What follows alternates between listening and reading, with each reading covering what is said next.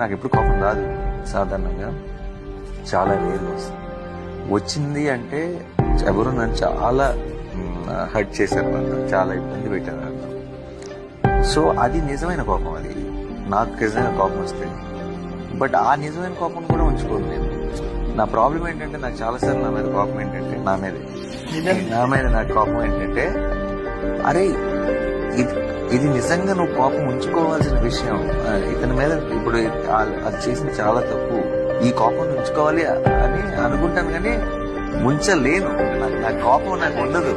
నాకు అలా ఒక 10 నిమిషాలు అయితే కోపం నిజంగా, even if someone hurt me very badly, నాకు నిజంగా ఒక నమ్మక ద్రోహం చేసినా సరే నాకు తెలిసి 10 నిమిషాల్లో క్షమించేస్తాను. నాకేంటంటే అది గొప్ప క్వాలిటీగా చెప్పట్లా, అంత అది వీక్నెస్ గానే చెప్తున్నా.